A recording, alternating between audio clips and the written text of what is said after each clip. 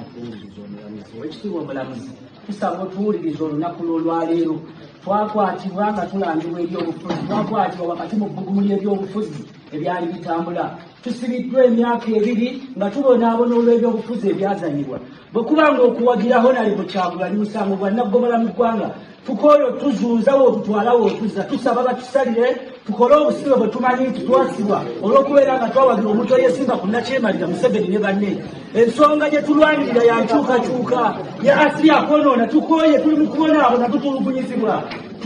twawagira nga tuvunaana ebyobufuzi twawagiraho nali Kyagulanyi nsinziira ne wano nesaba ne kabaka waffe owa Buganda aveeyo obutereevu ku nsonga zaffe tuli baana ba Buganda era tuli mu kulwana kulaba nga tuzza Obuganda ku ntikko baveeyo ku nsonga zaffe fe abaana ba Buganda tuli mu kuvuundira mu kkomera n'ensaba ne jjajja w'obusiraamu Mulangira Kasimu Nakibinge aveeyo batulanga kubeera nga tuli basiraamu gavumenti eno etulugunya abantu abasiraamu mu ggwanga kabaka wa Buganda Ssereng Katikkiro Charles Peter Mayiga buli omuvanga munnayuganda ali gyali yonna vaayo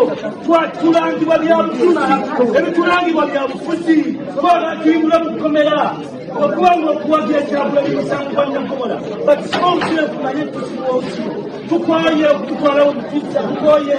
twagala batusalire obusibe obumanyikiddwa tumanye tukola ngabwe nze babitasaanya nze mbalayi bujja kunzitabusi sigenda kuva kumulamu bwatuuka tukaba tuyimbule twagala tuyimbulwe twagala benkanya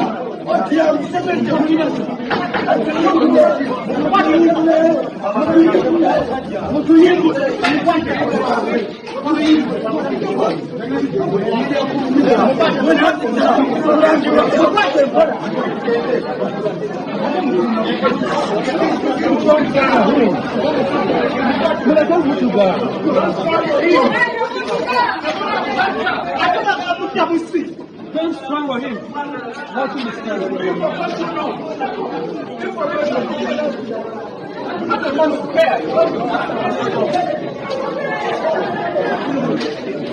the ebbanga ddene abavuka babeera mu kwepanka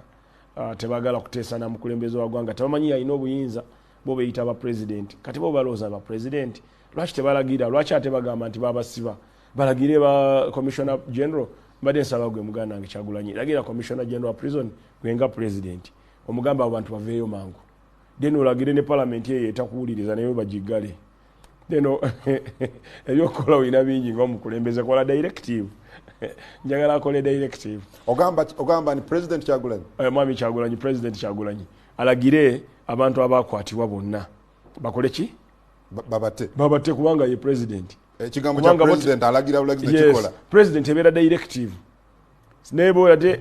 bagamba ba president ate wetwatutono wetwatute Katerega okulaba omukulembeze w'eggwanga kati tulina omukulembeze wa ggwanga ne president kati omukulembeze w'eggwanga yalondebwa abantu omukulembeze w'eggwanga yalayizibwa ku ssemateeka omukulembeze w'eggwanga yagenda ekololo omukulembeze w'eggwanga yawangula akalulu Yoweri Kaguta Museveni kati bano abalala beefula bapulezidenti babasawo abakinansi bapulezidenti ba ghetto bapulezidenti b'amalwa bapulezidenti b'abanaku bapulezidenti b'abagagga abo nabo bapulezidenti gye bali nange ndi president w'abapromota yes so gwe presidenti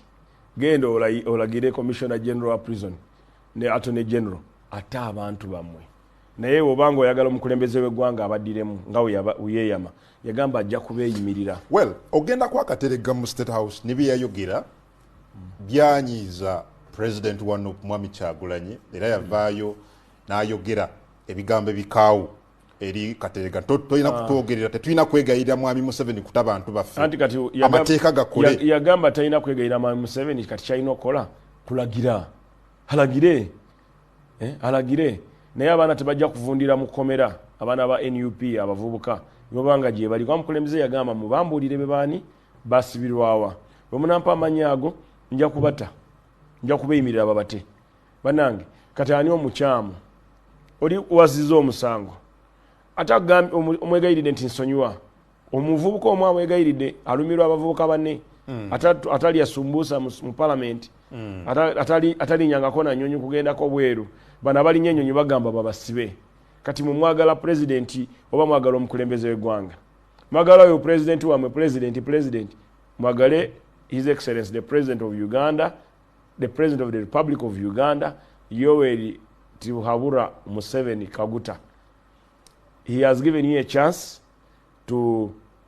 have your young people released on bond or on bail.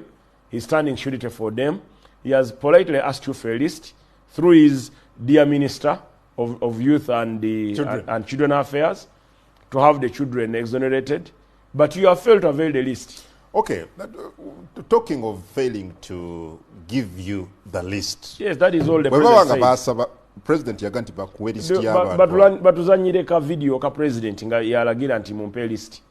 Bagituzanyire oba mugirina abasanyuka. Well, Joe wadde mu parliament